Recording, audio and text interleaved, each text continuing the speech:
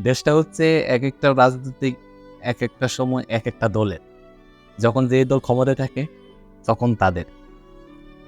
কারণ তখন তারা তাদের দলের যে লোকজনগুলো আছে তাদেরকে সর্বোচ্চ ফেসিলিটিস দিয়ে রাখে, সর্বোচ্চ লেভেলের দিয়ে রাখে।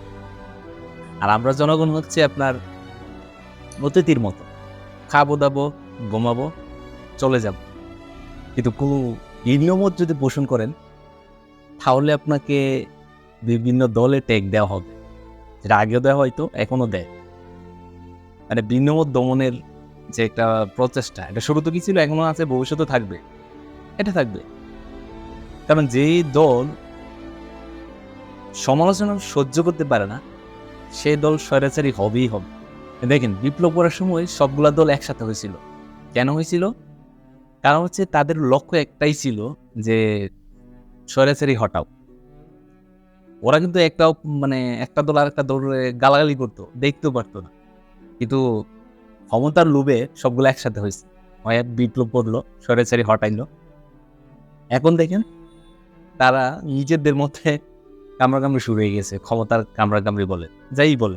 বিপ্লব সফল হয় কারণ হচ্ছে সবার একটা ইন্টেনশন থাকে যে যেভাবেই হোক এই স্বৈরাচারী হটাও। সেম ভাবে আবার বিপ্লব ব্যর্থ হয়। কেন হয়?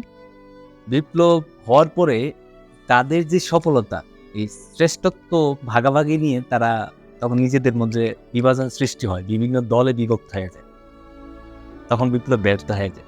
আজকে আবার দেখলাম বিমানবন্দর নাম পরিবর্তন করার জন্য একদল মানববন্ধনও করছে।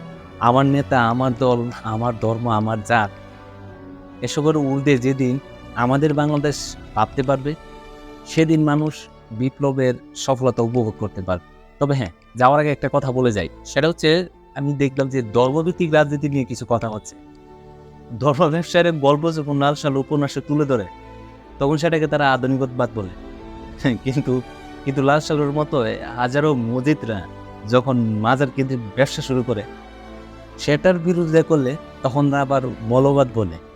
হাস্যকর।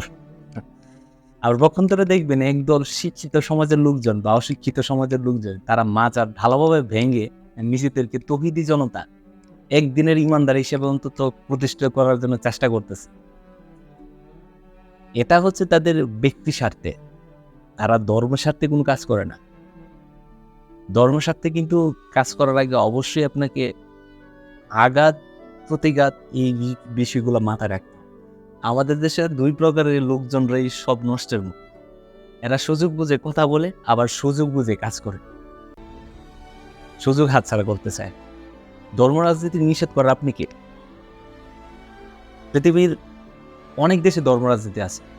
যদি আমি উদাহরণ দিই, ভারতে আছে বিজেপি, পাকিস্তানে আছে, ইরানে আছে, ইন্দোনেশিয়া আছে, বহু দেশে যারা ধর্মভিত্তিক রাজনীতি করে। ইভেন আপনার ইসরায়েলও ধর্মভিত্তিক রাজনীতি করে।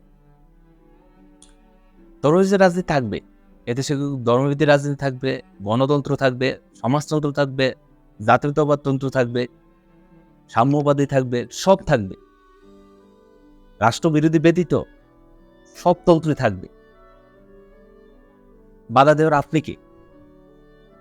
যাই, সবাই ভালো থাকবেন, সুস্থ থাকবেন, আল্লাহ হাফেজ।